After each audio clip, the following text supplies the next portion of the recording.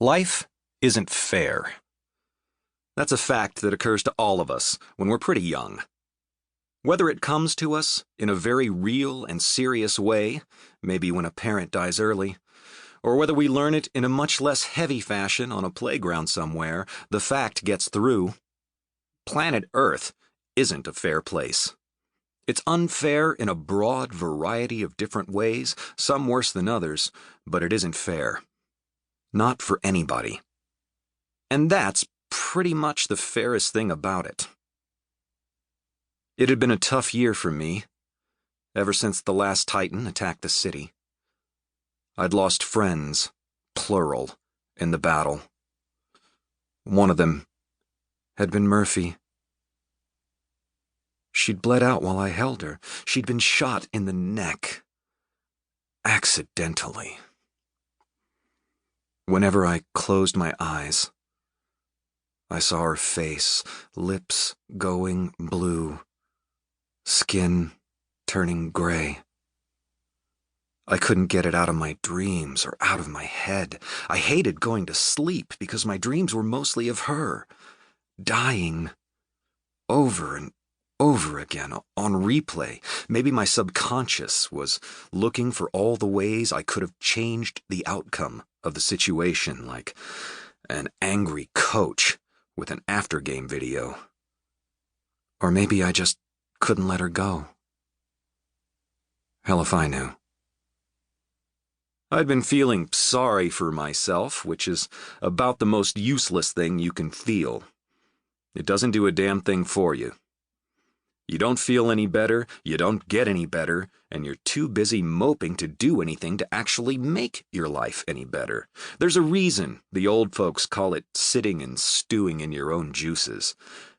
That's all that goes on. You just soak in the pain. Still, there is a time for all things, including a time where it's appropriate to feel that way. For me, that time was between 3 and 5 in the morning. I couldn't sleep more than 3 or 4 hours a night, and when I'd wake, I would lay there with my eyes closed and hurt. Sometimes I'd drift into a nightmarish doze again. For most of a month, though, I had just laid there, hurting. My purely mechanical alarm clock would go off at 5. Not to wake me up, but to tell me it was time to put those feelings away for a while.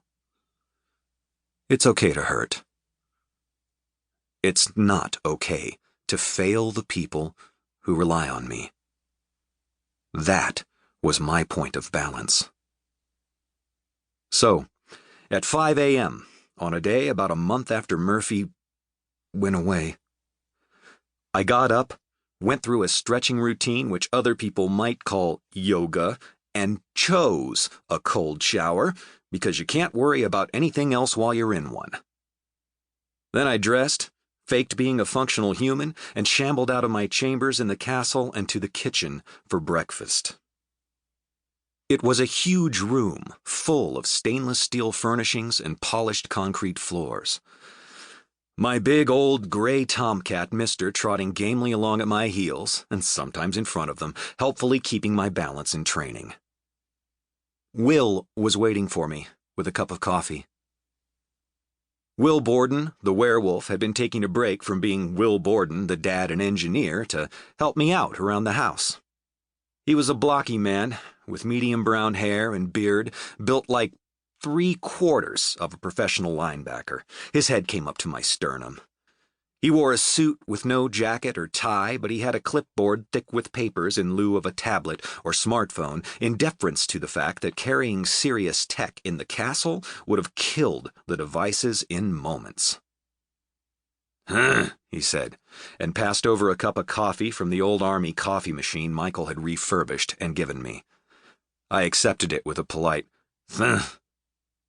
We sipped for a moment. "Okay," I said. "I think I can understand English now." To keep listening to this audiobook, I've left you a link in the description so you can do it, at no cost thanks to Audible's 30-day free trial.